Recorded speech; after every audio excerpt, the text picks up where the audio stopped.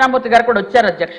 ఆ రోజు కూడా మనం పాడేరు మీటింగ్లో కూడా నలుగురు ఎమ్మెల్యేలు అంటే పాడేరు ఎమ్మెల్యే గారు, చోడవరం ఎమ్మెల్యే గారు, అరకు ఎమ్మెల్యే గారు, మాడుగుల ఎమ్మెల్యే గారు కూడా ఉండి ఆ రోజు మీటింగ్ కూడా జరిపించుకోవడం జరిగింది అధ్యక్ష.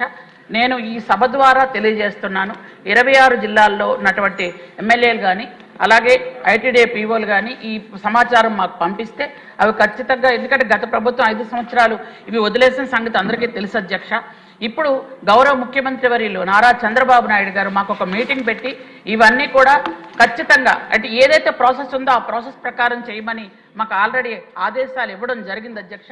అందుకనే ఖచ్చితంగా గౌరవ ఎమ్మెల్యేలు ముగ్గురు చెప్పినవన్నీ కూడా నోట్ చేసుకున్నాను, అవన్నీ కూడా చేయడం జరుగుతుంది అధ్యక్ష. మనిషి గారు దక్షిణామూర్తి గారు చెప్పారు ఇప్పుడు క్లియర్గా. అవును, మీరు ఇమీడియట్గా ప్రాసెస్ చేసి భారత ప్రభుత్వానికి పంపించాలి. ఆ ప్రాసెస్ త్వరగా అయ్యేలా చూడండి, డిలే చేయకుండా చేస్తే మీరు అనుకున్న లక్ష్యం నెరవేరుతుంది అధ్యక్ష.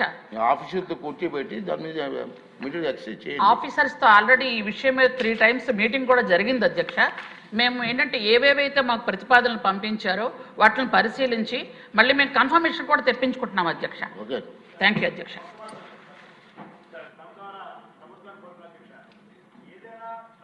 తాలూకా ఫండ్స్ వస్తే ఏఎస్ఆర్ జిల్లాకే ఇస్తారు అధ్యక్ష. కానీ ప్రపోర్షనేట్గా ఏ గ్రామాలు అయితే ట్రైబల్ గ్రామాలు ఉన్నాయో మన అనకాపల్లి జిల్లాకు కూడా అందులో కొంత ప్రపోర్షనేట్ రావాలి అధ్యక్ష. కానీ ఓన్లీ ఏఎస్ఆర్ జిల్లాకి, మన్యం జిల్లాకి, ఆ 3 జిల్లాలకే ఇస్తున్నారు కొన్ని డిపార్ట్మెంట్స్. కొంత ప్రపోర్షనేట్గా అనకాపల్లి కానీ ఇంకో ఇతర జిల్లాలు కానీ ప్రపోర్షనేట్గా మిగతా డిపార్ట్మెంట్స్ కూడా ఆ అలికేషన్ మనకు రావాలి అధ్యక్ష. ఓన్లీ ఏఎస్ఆర్ జిల్లాకు వస్తుంది, ఏఎస్ఆర్ జిల్లా కలెక్టర్ గారు అక్కడికే ఇస్తున్నారు. ఈ ట్రైబల్ వెల్ఫేర్ ఉన్నటువంటి ఈ ట్రైబల్ విలేజెస్కి ఆ గ్రాంట్ వర్తించట్లేదు అధ్యక్ష, మనం వేరే జిల్లా పడిపోవడం వల్ల. దయచేసి అన్ని డిపార్ట్మెంట్స్ తమ డైరెక్షన్ ఇవ్వాలి అధ్యక్ష.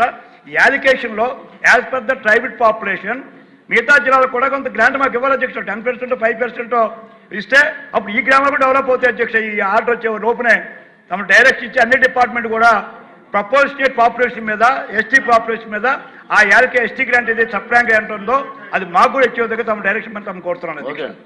అధ్యక్ష, కేంద్ర ప్రభుత్వం ఇచ్చే నిధులు మాత్రమే ఇలాగైతే సపోర్ట్ లాంచ్ చేయడం కష్టం అండి. ప్లీజ్ నా మాట వినండి అధ్యక్ష.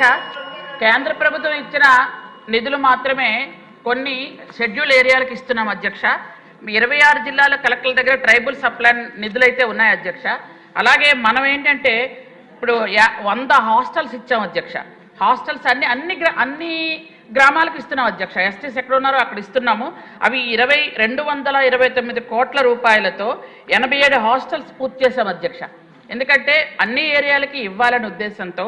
అలాగే 125 మల్టీపర్పస్ సెంటర్స్ కూడా 75 కోట్లతో మనం మంజూరు చేసి వందన్ వికాస కేంద్రాలు కూడా ఏర్పాటు చేస్తున్నాం అధ్యక్ష.